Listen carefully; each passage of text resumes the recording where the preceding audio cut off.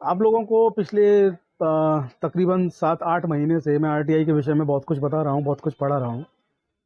लेकिन कभी कभी लगता है कि कितना भी कानूनी जो टॉपिक्स हैं उन पर आप डिस्कस कर लें, लेकिन कुछ ना कुछ बताने को बाकी रह ही जाता है। तो मुझे भी दोबारा से, मैं जब अपना रिवीजन कर रहा था आरटीआई का कि क्या रह गया है सेक्शंस में, तो मुझे कुछ चीज़ें मिली, तो मुझे लगा कि आपसे डिस्कस करना चाहिए। बहुत महत्वपूर्ण मुझे जानकारी जो मिली है, मैं आपसे डिस्कस करना चाहता हूँ। और जानकारी ये है कि किसी भी कमीशन ने आपके खिलाफ कोई आदेश दे दिया, तो उस कमीशन के आदेश के विरुद्ध आप न्यायालय जा सकते हैं। ये तो पहले हम बता चुके हैं आपको। लेकिन एक बहुत बड़ी बात यह है कि उस न्यायालय के आदेश के विरुद्ध, कमीशन के आदेश के विरुद्ध, उसी कमीशन में आप एक याचिका होती है, रिव्यू याचिका आप दाखिल कर सकते हैं। और ये आपका अधिकार है, और कमीशन उस केस को फिर से सुनेगा, दोबारा से सुनेगा। जी हाँ, ये कोई जादू नहीं, ये कोई मिरेकल नहीं। आज बहुत ही महत्वपूर्ण विषय पर मैं आपको बताने जा रहा हूँ, जो आरटीआई अधिनियम में ही है, लेकिन हम में से कई लोग उसको देखने से चूक जाते हैं। मुझे पता था, लेकिन मैं थोड़ा स्लैप कर गया था, भूल गया था।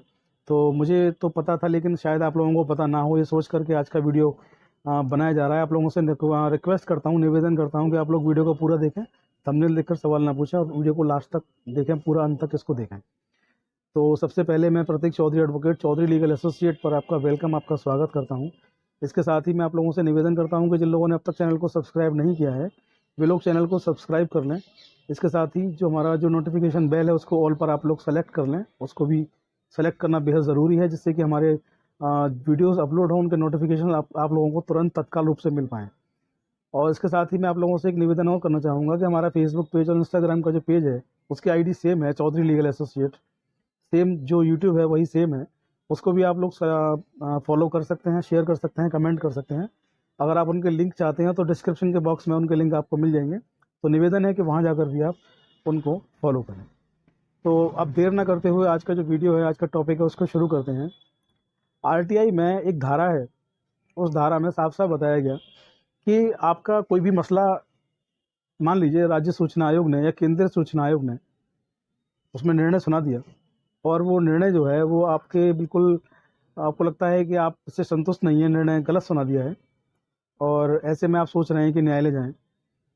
तो न्यायालय जाने से पहले आप उसी कमीशन में, सेम जहां से आपका ऑर्डर हुआ है, उसी कमीशन में आप एक रिव्यू पिटीशन दाखिल कर सकते हैं उस आदेश के विरुद्ध।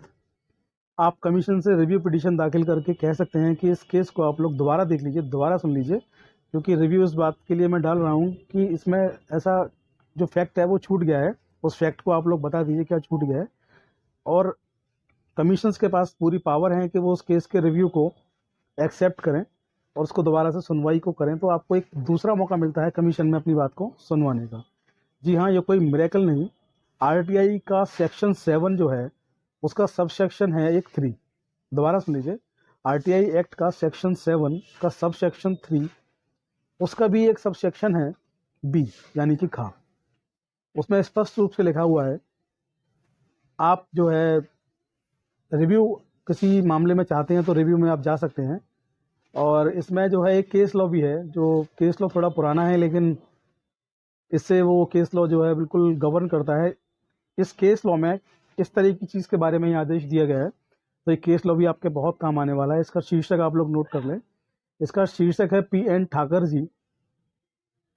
ठाकर जी वर्सेस पी सिंह जी और AIR 1970 1970, supreme court, 1273 page number पर ये आपको पूरा केस लॉ मिलेगा।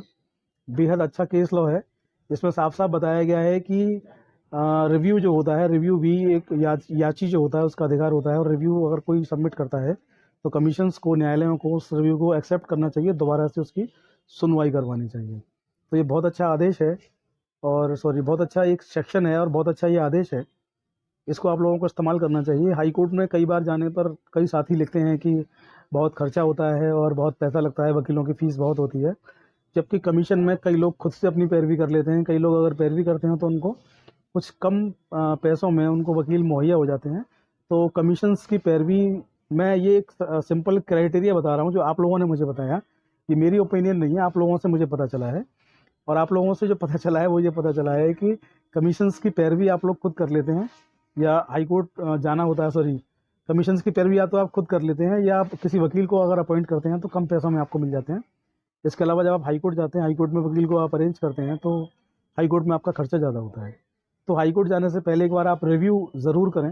हो सकता है कि आपके रिव्यू में आपकी समस्या का समाधान हो जाए, और जो भी आपका आदेश आया है उस आदेश की सर्टिफाइड कॉपी लेकर आप रिव्यू दाखिल करें और उन पॉइंट्स को हाईलाइट करें जो जिन पॉइंट्स की सुनवाई आपको लगता है कि नहीं हो पाई है, रह गई है। हो सकता है आपका रिव्यू से आपका काम चल जाए, आपको हाई कोर्ट ना जाना पड़े। तो आज की वीडियो में इतना ही। अब मुझे लगता है आज का मोटिव पूरा हो चुका है जो आपको बताना चाहता हूँ। आप सब लोगों से एक बार निवेदन है कि आप लोग सेक्शन 7 क्लॉज 3 क्लॉज बी ज़रूर पढ़ें, उस केस की स्टडी आप लोग ज़रूर करें, आपके बहुत काम आए। बस आज इतना ही। चौधरी लीगल एसोसिएट पर आपका बहुत बहुत स्वागत, बहुत बहुत आभार। बने रहिए चौधरी लीगल एसोसिएट पर। जय हिंद, जय भारत, नमस्कार।